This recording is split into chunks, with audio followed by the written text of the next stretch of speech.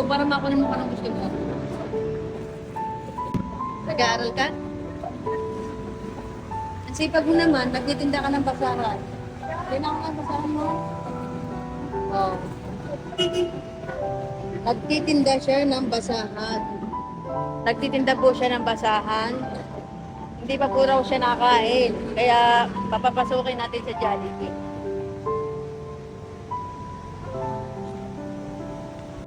Saan ka napasok? Ha?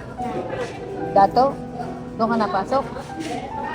Ha? Doon ka napasok. Ang sipag-sipag mo kaya ako natutuwa sa iyo.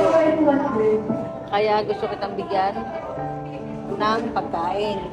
No, kasi masipag ka, nagtitinda ka. Sana wag mong babaguhin yan. Ayaw mo ng spaghetti? Diba? Lahat ng bata gusto spaghetti, ikaw ayaw mo. Ang gusto mo ay burger steak. Kasi may kanin na. Ayan. Isa siyang dapat nagayahin ni bata. Kasi siya ay nagtitinda ng basahan. Magandang bata po yan, oh. Walang karte-arte siya. Tumutulong sa kanyang mga magulang. Magkano benta mo ng basahan? 53. Tapos ang punan mo? Ha? 10 ang isa? 10 isa. Tapos binibenta mo 3.50. O pwede na rin. Mayroon ka na doon 20 pesos. Tapos marami ka na ngayon nabili. Marami ka na ngayong nabenta. Ang 250 lang. Bali ang nabenta pa lang lilim, ma'am. Sipag. Nakatuwa. Sana ganyan lahat ng bata. Mag-isip. Hindi puro lakwatsa. Puro laro. Ibig sabihin ikaw ay grade 9 years old. Grade 3 ka pa lang.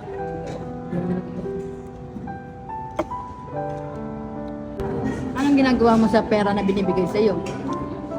Natitira mong benta.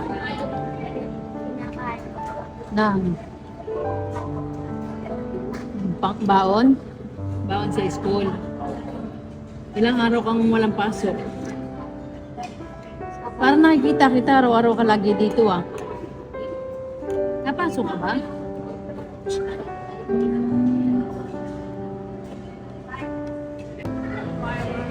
Ilang kayong magkakapatid na eh? At dumating po ang kanyang isang kapatid na nagtitinda rin po. Sa area 1 po siya nagtitinda. Ito po naman ay dito sa area B. Ngayon, dumating po. Kaya ayan, pinakain ko na rin po siya. Ano po masasabi mo? Ilang kayo magkakapatid? 7? 7. Sino ang panganay? Bahay. Nasa bahay. Anong ginagawa ng panganay nyo? Nalagay. Ayun daw mga kapatid. Si mama mo, anong trabaho? Tanang kulay. Nagtitinda ng gulay sa area. Dito sa area B. Sabi mo sa area 1. Dito pala sa area B. Oo. Masisipag. Si papa mo? No. Ay, na-stroke ang papa mo. Sabi mo, nagka-tricycle driver. Bakit? Dati nagka-tricycle driver. Ngayon siya ay na-stroke. Ngayon kayo nagtitinda kayo para makatulong sa inyong magulang. Napakagaling nyo, ang babait naman ninyong mga bata. Naisip nyo magtinda, naisip nyo tumulong sa inyong magulang para makatulong sa pamilya. Wow, sana lahat ng bata ganyan ang naiisip, no? Sana gayahin kayo nila. Hindi talaga lang po masisipag po sila. Tumutulong sa kanyang mga magulang. Sa kanyang magulang dahil po ang kanya palang ama ay na-stroke na.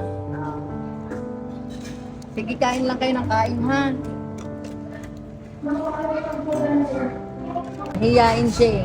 Dating aming suki. Suki namin to. Nakikita ko kasi siya, mabait. Hindi siya kagaya ng ibang bata na talagang hingi ng hingi. Siya, nahihiya siya. Pag binibigyan, nahihiya pa siya.